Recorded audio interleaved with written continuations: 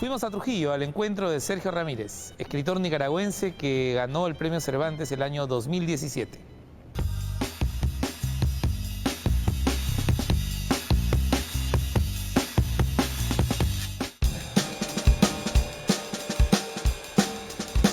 El escritor nicaragüense Sergio Ramírez visitó Trujillo para recibir un doctorado honoris causa de la Universidad César Vallejo. Nosotros vinimos a su encuentro para esta entrevista. Sergio, bienvenido a Presencia Cultural. Encantado, Javier. Siempre he estado tentado de preguntarte, tú que has vivido paralelamente la política y la literatura, ¿qué fue primero? ¿La militancia o la escritura? Son oficios paralelos en mi vida. Yo a los 17 años llegué a estudiar Derecho a la Universidad del León. Fundamos una revista literaria, Ventana, estudiantes que teníamos la vocación, la voluntad de escribir poesía, sobre todo cuentos, ensayos. Y al mismo tiempo estaba la agitación en las calles contra la dictadura de Somoza. Y a las pocas semanas de estar yo allí en una manifestación de estudiantes fue atacada a bala por el ejército de Somoza. Hubo 4 muertos, compañeros míos de aula, recién llegados, 2 de ellos a la universidad. ¿Eso te catapultó a la política? Y eso me metió en el sentimiento antisomocista y en el deseo que ya nunca terminó de que en Nicaragua las cosas cambiaran. Pero por otro lado le dio a lo que yo escribía un peso más social, un peso más político. Y nosotros nos declaramos una generación comprometida en la revista Ventana, la generación de compromiso con el cambio, la literatura como arma de transformación. Y entonces corrieron pareja la literatura y la política para mí, ¿no? Pensando en casos como el de Vargas Llosa, siempre se dice que la literatura y la política son irreconciliables, que en algún momento hay que partir las aguas. ¿En tu caso ha sido así? En todo caso, ¿qué tienen en común? ¿Por qué se atraen tanto política y literatura? Lo que pasa es que esa reflexión uno nunca se la hace sobre la marcha, ¿no? Tú piensas que las dos cosas existen, que estás obligado a ambas cosas, a hacer ambas cosas. No te pones a reflexionar de estas incompatibilidades hasta que te come el tiempo. Yo me di cuenta de que en 1974, cuando me eligieron vicepresidente del país, en el 84, yo vi mi vida para atrás y dije, yo tengo 10 años a escribir. Y si yo paso a escribir 6 años más que en mi periodo, pues ya dejé de ser escritor y eso me horrorizó.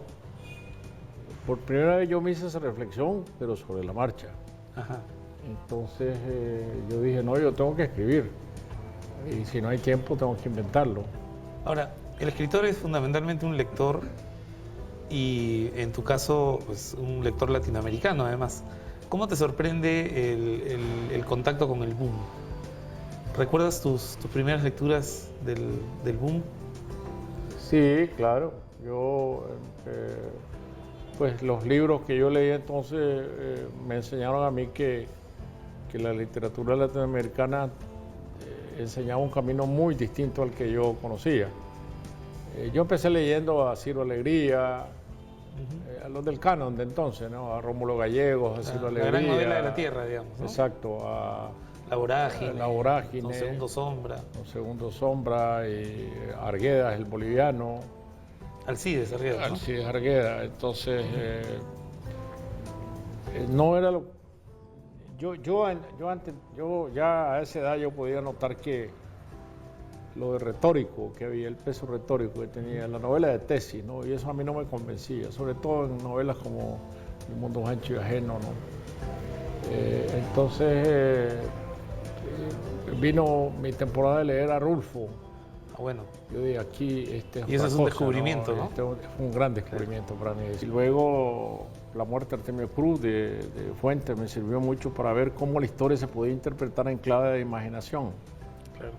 Y Rayuela me enseñó el desenfado, la burla constante, es decir, que el sentido del humor era un elemento sustancial en la escritura.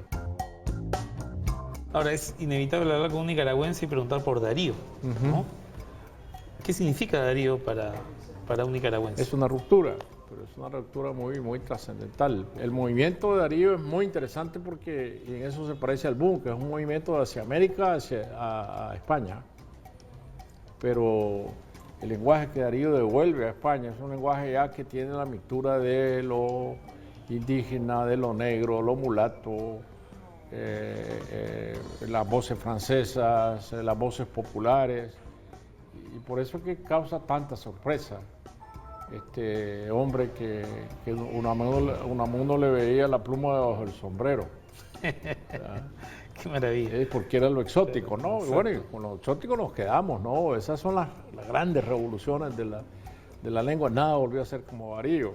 La actualidad de Nicaragua da la impresión que este dicho de que uno tropieza siempre con la misma piedra parece... En América Latina en general. Parece ser cierto, ¿eh? Tropezar con la misma piedra, ¿no? Porque no se aprenden las lecciones de la historia. Además, me parece que las sociedades no siguen siendo solo patriarcales en el sentido de que la mujer sigue siendo discriminada, sino de que las formas del caudillismo son arcaicas, claro, y siguen allí, y tienen que ver con nuestras propias estructuras económicas también.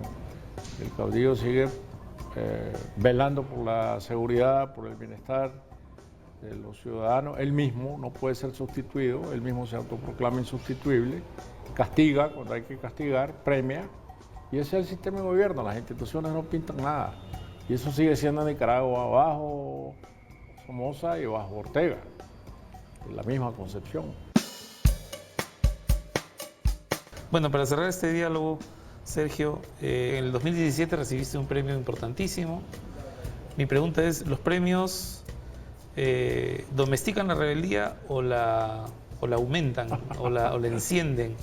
Yo creo que para mí los premios son importantes porque ayudan a cerrar la vida de una persona que ha dedicado, valga la repetición, su vida a algo que lo ha llenado siempre, como es la literatura. Yo creo que el premio Cervantes me dice, mira, ahora como vas a seguir escribiendo siempre, pues hay que ser más exigente, porque ahora te van a estar viendo más de cerca, no puedes estar jugando con la literatura, ¿no? Bueno, aquí estaremos a la espera, pues, de tu próximo libro, Muchas gracias. Sergio. Gracias. Gracias. Muchas gracias, amigo.